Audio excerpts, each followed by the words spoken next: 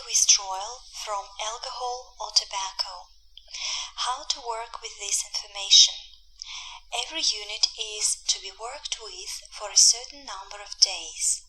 This one will take 3 days.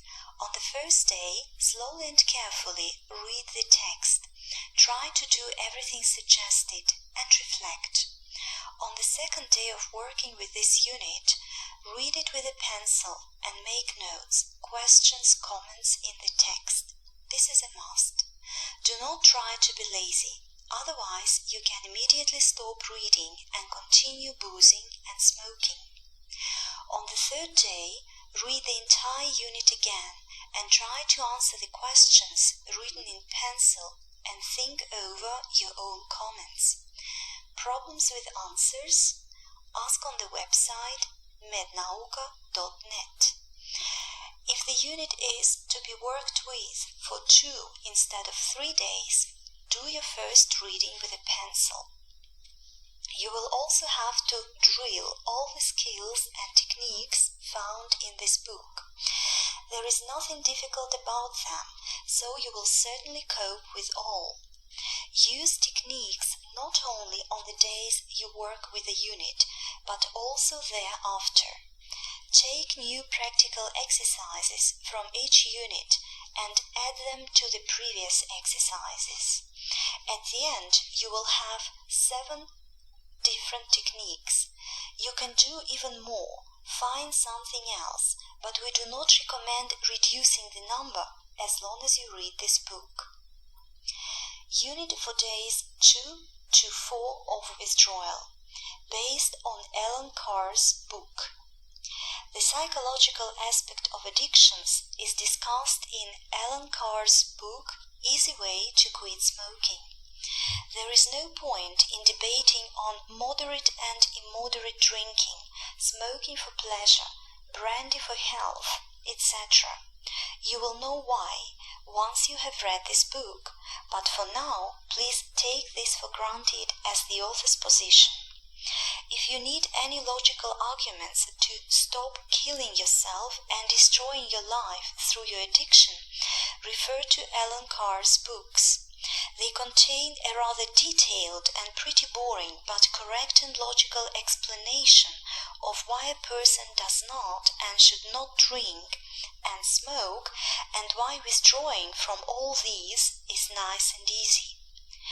However, it is not completely clear why everyone has not already done it. But nevertheless, if you are not eager to read all his books, or if you have already read them but they did not prove helpful, review this short list of abstracts. 1. Did you dream to become a smoker or an alcoholic and have the problems that have led you to this point? Obviously not. Do you want your children to drink, smoke, and use drugs?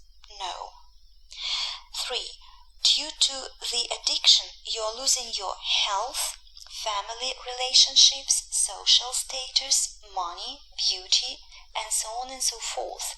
You can continue the list. You know it better. And please do not pretend that you can't. If you didn't feel it, you wouldn't have read this far. 4. The addiction gives you nothing.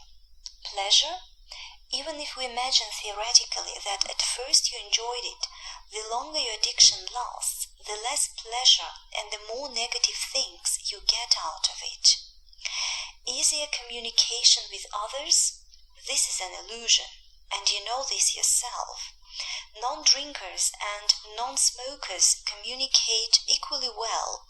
Are you that defective that you can't talk without a bottle or a cigarette? If you drink too much, the next morning you will have to do a lot to recover, and it is only by the evening at best that you will feel as if you didn't drink yesterday. What is the point? You can wear shoes 2 sizes too small and then take them off with pleasure, but we do not do that, or do we? 5. A habit? You can get used to the stink in a waste pit, but we do not choose to sit in it. 6. Are you able not to drink or smoke? Then do not drink and do not smoke. It will only be better for you. 7. If it is unclear why it does not work out, then you'd better read this step-by-step instruction. Alan Carr's book is not completely clear about that. 8. Smoking and drinking a little, just as everyone does. If you are reading this, all of the above applies to you, and if so, drinking and smoking a little will not work. Is the same as if a diabetic eats a little sugar, not to death, but to resuscitation. A diabetic will at least enjoy the taste, but in this case it is the same as to hammer a little on your head. Of course you can, but again, what is the point? 9. Why it is difficult to withdraw. You withdraw, deprive yourself of something, limit yourself in something, but in fact you get free and receive additional opportunities. The person who has been fighting addiction can be induced to use alcohol or tobacco again by those who continue to use it. Those abstaining talk about torments they experience without a cigarette or a bottle. Why do they suffer? Do you need to suffer in withdrawal?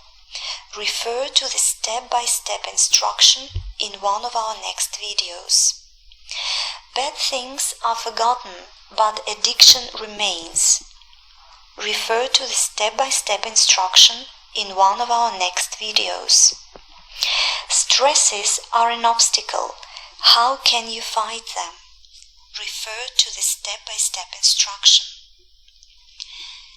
10. The goal is to pack up. No, it is easy but ineffective not to smoke and drink. No, these are just consequences, not to think about the addiction. No, this is impossible, the more so that is not you who is thinking about it. Who? Refer to the step-by-step instruction. 11.